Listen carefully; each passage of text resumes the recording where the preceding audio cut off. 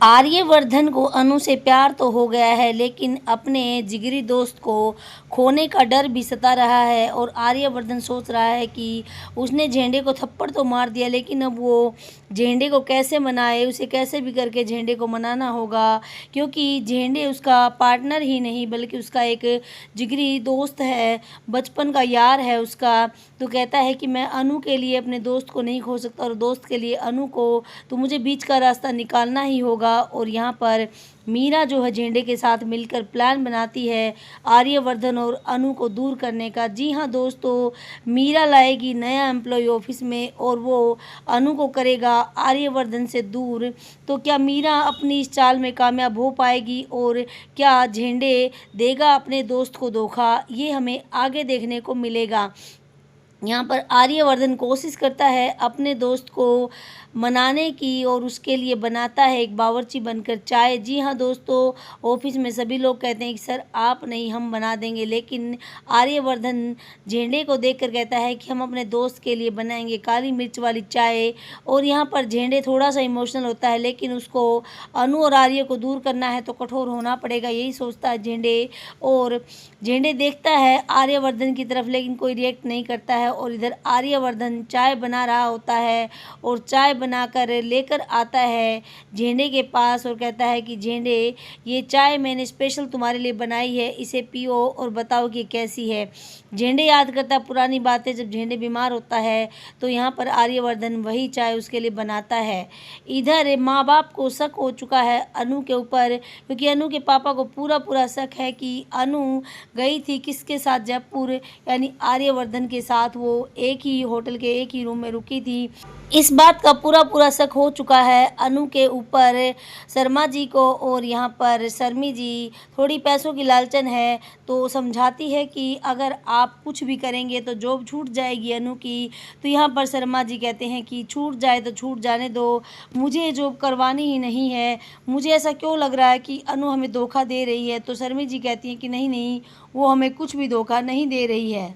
शर्मा जी कहते हैं कि हम अनु से बात करेंगे, हम अनु की ये जॉब छुड़वा देते हैं।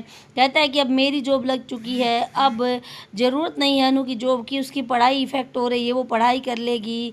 और यहाँ पर शर्मा जी सोच रहे होते हैं कि वो आर्यवर्धन से अनु को न मिलने दें। और अनु ये बात सुन लेती है दोनों को बात करते हुए, तो अनु एकदम से शॉक्ड हो जाती है और अपने पापा को मनाने की कोशिश करती है और कहती है कि पापा आप ये क्या बोल रहे हैं कि मैं जॉब छोड़ दूं, अरे मेरा क्या इस घर के प्रति कोई फ़र्ज़ नहीं है।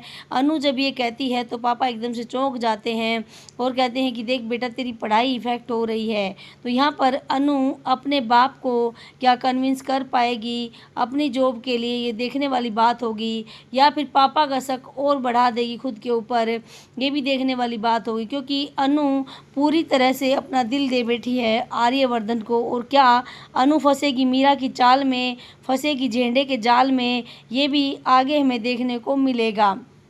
क्योंकि मीरा और झेंडे मिलकर पूरी पूरी प्लानिंग कर चुके हैं। लेकिन यहाँ पर झेंडे जो है चाय नहीं पीते हैं आर्यवर्धन की बनाई हुई और कहते हैं कि मैं आपका नौकर हूँ, आप मेरे मालिक हैं। और मन ही मन सोच रहे होते हैं कि आर्य, मैं जानबूझ के तेरे साथ ऐसा कर रहा हूँ, मैं देख क्या करता हूँ तेरे साथ और कैसे उस अनु से तुझे दूर करता हूँ, मुझे तुझे उस अनु से दूर करना ही होगा।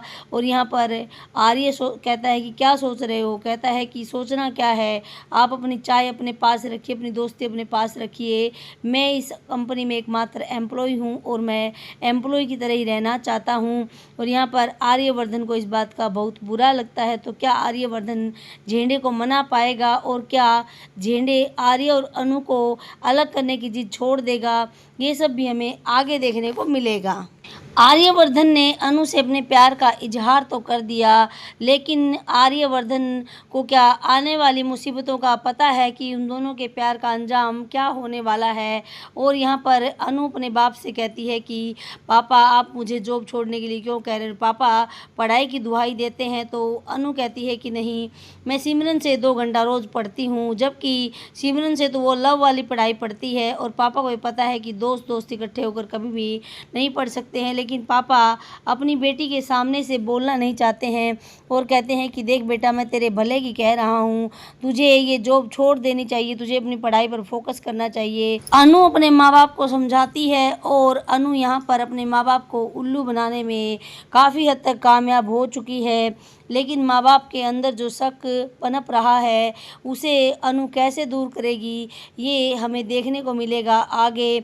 और आगे जो पड़ोसी बात बनाने वाले हैं, पड़ोसी बेइज्जती करने वाले हैं शर्मा और शर्मी की, तो उससे अनु कैसे बचाएगी अपने माँ बाप को, ये सब देखेंगे हम आगे के एपिसोड में। तो दोस्तों, डेली की अपडेट देखने के लिए बने रहिए चैनल पर, और अगर आप फुल एपिसोड देखना चाहते हैं तो हमें कमेंट कीजिए। मिलते हैं आपसे नेक्स्ट वीडियो में, तब तक आप स्वस्थ रहिए, मस्त रहिए, और हाँ, चैनल को कर लीजिए सब्सक्राइब, वीडियो कर दीजिए लाइक और शेयर। मिलते हैं नेक्स्ट वीडियो में, तब तक बाय बाय।